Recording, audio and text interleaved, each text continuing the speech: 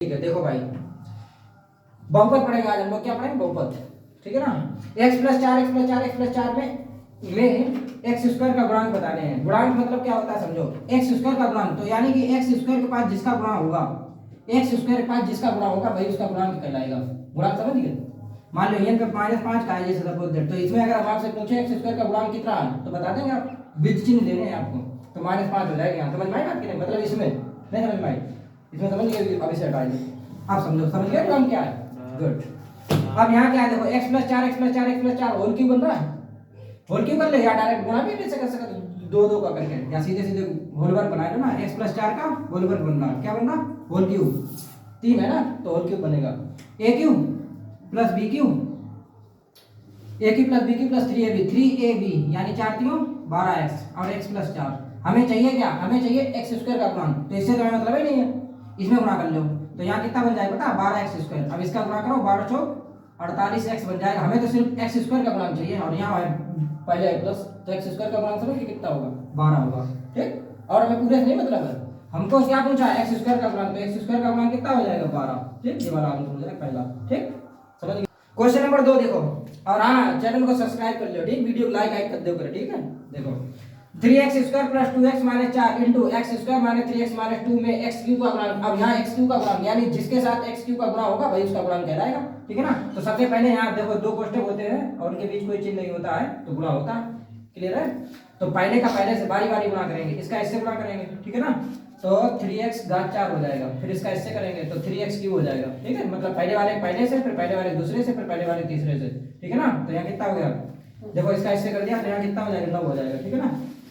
इसका इससे किया तो इतना आया, फिर 3x का 3x किया तो कितना हो जाएगा? 3 का 9 x क्यूब। अब इसका इससे करोगे तो माइनस का हो जाएगा 6x स्क्वायर, फिर 2x का करेंगे बारी बारी। क्लियर है? अब तुम्हें किस पे फोकस होना चाहिए? 2x पे, इस पे। तो इसका इससे करोगे तो हो जाएगा 2x क्यूब माइनस 3 दूनी 6x स्क्वायर माइनस का 4x। अब 4 का करेंगे 4x स्क्वायर, 4 3 12x प्लस 4 दूनी 8। हमें तो सिर्फ क्यू से मतलब है, किससे मतलब? क्यू से। और तुम्हें पूरा सॉल्व नहीं करना, सिर्फ क्यूब करने। क्यूब देखो एक जगह यहाँ है क्यूब, एक जगह यहाँ है क्यूब। ठीक है, तो इसमें से ये घटेगा तो माइनस का 7x क्यूब बचेगा, और तो कहीं क्यूब है नहीं पूरे, नहीं है ना। तो इसका x क्यूब का गुणांक कितना हो जाएगा? -7 हो जाएगा। -7 कहाँ मिलेगा? सी में आंसर मिलेगा। ठीक है, तो -7 इसका आंसर हो जाएगा x क्यूब का।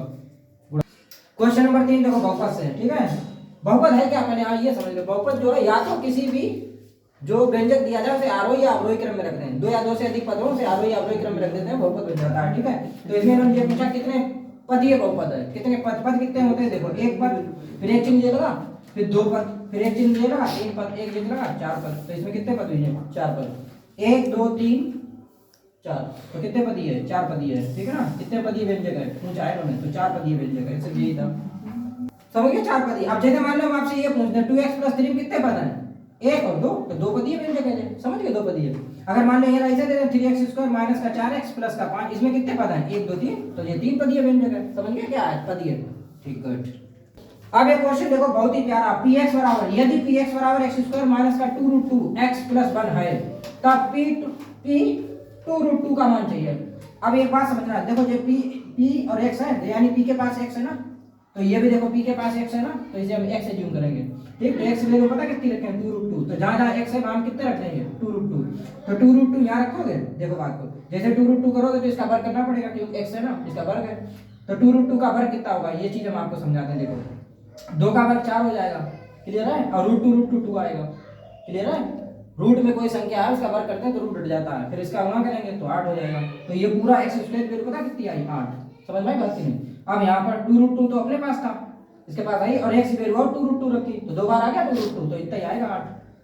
अभी करके दिखाया कि भैया 2√2 नहीं समझ में आ रही? तो यहाँ देखो, अच्छा 2√2 इंटू x वैल्यू कितनी है? 2√2, 2 दूनी 4 और √2 2, तो यहाँ हो गया 4, 4 गुणे 2 तो 8 हो गया।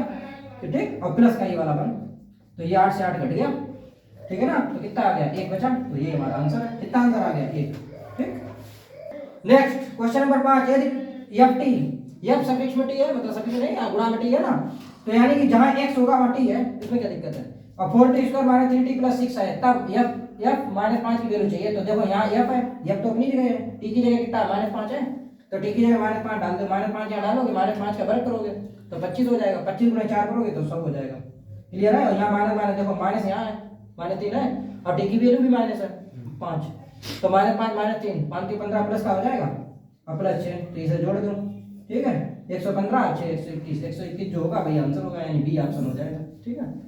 अच्छा एक क्वेश्चन देखो, बहुपद 3x घात 4 minus 4x cube minus 3x minus 1 को बहुपद x माइनस 1 से भाग दिया जाता है तो शेषफल चाहिए ठीक है। अब जब ऐसा क्वेश्चन आए तो तुम्हें कुछ नहीं करना है, जो भी बहुपद दिया जाए उसे बराबर मान लो बन के, मतलब 0 बराबर मान लो, x माइनस 1 बराबर 0 बराबर मान लो, तो यहाँ से x की वैल्यू हमेशा निकलती है जो भी दी जाएगी ठीक है, तो निकल आएगी। अब जो x वैल्यू बना है वो यहाँ डाल दो, तो यहाँ डालोगे तो यहाँ देखो 1 की पावर कुछ भी हो एक ही रहता है, तो यहाँ 3 हो जाएगा। क्लियर हो रही बात की नहीं? यहाँ कितना हो जाएगा -4 -3 -1। क्लियर हो रही बात की नहीं? इससे ये कट जाएगा ठीक, 3 से 3 कट गया, -4 और -1 -4 और -1 -5 हो जाएगा, जे इसका शेष हो जाएगा, सी ऑप्शन हो जाएगा। देखो question number 7 a + b * a - b * a² + 1 का मान बताने हैं, ये 4 ऑप्शन है ठीक है। अब a + b a - b का वर्गांतर फार्मूला याद है, a² - b², तो यहाँ तक कितना हो जाएगा a² - 1। क्लियर है, यहाँ कितना है a² + 1, इनका गुणा इतना हुआ, फिर ये अपने आप में वर्गांतर बन गया, फिर a² - b² यानी स्क्वायर का स्क्वायर, तो 1 की घात 4 - 1, ऐसा कोई ऑप्शन है भाई आंसर होगा, पहला ही ऑप्शन है ठीक है, ये आंसर है। क्लियर है। इसी प्रकार ये a + b का होल स्क्वायर + a - b का होल स्क्वायर का मान चाहिए, 4 ऑप्शन है, इसका होल वर्ग खोलोगे ठीक है, तो 2ab कटेगा, a² 2a² और b² 2b², 2 कॉमन वाला है, ऑप्शन ऐसे ही दे रहे हैं 2a² 2b², तो सी ऑप्शन हो जाएगा। कैसे होगा देखो समझो कैसे होगा, इसका होल वर्ग खोल दो, a² + b² + 2ab + a² + b² - 2ab ठीक है ना, 2ab से 2ab कट जाता है, a² 2a² हुआ और प्लस 2b² हो गया, ऑप्शन ऐसे ही दे रहे हैं तो यही हो जाएगा ऑप्शन ठीक है। कौन सा हो जाएगा? सी हो जाएगा। अगर 2 कॉमन लेके देते तो वैसे देख लेते ऑप्शन के साथ। क्लियर है। अब यहीं पे एक सवाल और पूछा जाता, मान लो a और b की कोई वैल्यू दे दें आप, तब मान क्या होगा, तो a और b की वैल्यू डाल देना ठीक है ना। ठीक गुड। एक क्वेश्चन देखो कितना अच्छा सा क्वेश्चन, क्वेश्चन नंबर 9, यदि x घात 51 + 2x घात 60 + 3x + k एक रैखिक बहुपद है ठीक है ना, तो x + 1 से भाग मतलब भाग पूरा होता जाता है। क्लियर है। तब k का मान बताने हैं। जब ऐसा क्वेश्चन आता है तो सीधे सीधे पहले तो तुम x + 1 = 0 मान के x की वैल्यू निकालोगे यहां से सबसे पहले ठीक है ना। क्लियर हो रही बात नहीं? ये वाली वैल्यू उठा के इसमें रख दोगे और k है इसे बराबर 0 मान सकते हैं ठीक है, कोई दिक्कत नहीं है, नहीं समझे, तभी k की वैल्यू निकलेगी। अब यहाँ x ये कितना रखो -1 की पावर कितना हो जाएगा विषम, तो -1 की पावर विषम होगा, बात को समझो, अगर ओड है ना विषम, -1 की पावर विषम है कितनी भी तो आंसर माइनस में आएगा ठीक है, -1 की पावर सम नंबर है यहाँ ठीक है ना, तो आंसर प्लस में आएगा। क्लियर है। तो यहाँ देखो x घात -1 है, x बराबर -1 है, -1 यहाँ रखोगे तो ये विषम है तो -1 आएगा। क्लियर है। फिर -1 यहाँ रखोगे तो ये सम है तो 1 आएगा, 1 × 2 2 रहा। क्लियर है। फिर x बराबर -1 यहाँ रखोगे तो प्लस माइनस माइनस हो जाएगा -3 प्लस k बराबर 0 मानोगे तो ठीक है, तो 3 और 1 4 -4 प्लस का 2 -2 हुआ प्लस k बराबर 0, तो k बराबर 2 निकल आएगा। क्लियर है। तो वही हमारा आंसर हो जाएगी ठीक। चलो भाई एक देखो क्वेश्चन द्विघात समीकरण से, यदि समीकरण 2x² + 3x + p = 0 के मूल बराबर है, जब भी मूल बराबर बोले जाए ना ठीक है ना, तो डिस्क्रिमिनेंट पढ़ा है तुमने विभक्त कर, d = b² - 4ac, जब मूल बराबर होना है तो d को 0 मानोगे ठीक, तो यहाँ 0 रख दोगे तो यहाँ b² - 4ac हो जाएगा, अब 4ac इधर आ जाएगा तो 4ac बराबर कितना हो जाएगा b²। क्लियर है। abc a j होता है ठीक है, और j b होता है और j c होता है अचर पद। क्लियर है। इसकी इससे कंपेयर करा दो ax² + bx + c से। क्लियर हुई बात की नहीं ठीक, ये द्विघात समीकरण होता है, द्विघात की द्विघात से कंपेयर कराते हैं तो वहां से वैल्यू निकल आती है bc की, तो b देखो वहां a कितना निकलेगा 4 × a कितना है देखो 2 है, x² का गुणांक इंटू c अचर पद है p है। क्लियर है। बराबर b कितना है देखो b यहाँ 3 है, बात समझ में आई बात की नहीं आई, b कितना है 3 है, तो 3 अब यहाँ b रखोगे 3 उसका वर्ग है तो 9 हो जाएगा, तो p बराबर कितना हो जाएगा देखो ये 4 दूनी 8 गुणा में ये भाग में चला जाएगा तो 9/8 आंसर हो जाएगा ठीक है, तो पहला आंसर हो जाएगा। देखो भाई साहब ये क्वेश्चन पूछा गया है, यदि समीकरण kx² + 2x + 3k = 0 के मूलों का योगफल जो है ना वो उनके गुणनफल के बराबर है, तो k का मान बताना है।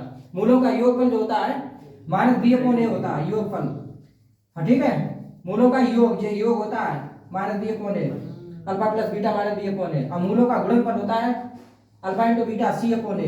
क्लियर मेरी बात के नहीं समझे, अल्फा प्लस बीटा जो होता है वो -b/a होता है ठीक, अल्फा × बीटा जो होता है वो c/a होता है ठीक।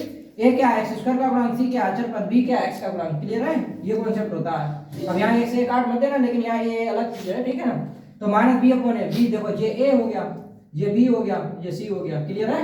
c पूरा होगा ये अचर पद ठीक, नहीं आ रही बात समझ, गुड। अब b की वैल्यू कितनी रखोगे, 2, लेकिन यहाँ माइनस है तो माइनस का 2 अपॉन ए कितना है, एक्स स्क्वायर का गुणांक होता है, यानी कि बराबर यहाँ है c।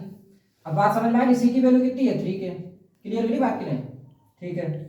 और नीचे ए कितना है, देखो समझो बात को, ये पता कितना है, इधर देखियो ए की वैल्यू है के, तो यहाँ के हो जाएगा, ठीक। अक्षमान ये बराबर आया तो ये कट जाएगा, चाहे इधर काट दो चाहे इधर काट दो, बात तो एक ही है, ठीक है ना। -2 बराबर 3 के, तो के की वैल्यू निकलेगी, यहाँ गुणा में ये भाग में आ जाएगा, तो -2/3 बराबर के। अब जब तक फार्मूला अगर नहीं आता है तो तब तक तुम लगा नहीं सकते, तो डी ऑप्शन हो जाएगा, -2/3। समझ में आई बात की नहीं, ये कॉन्सेप्ट याद होना चाहिए, ठीक।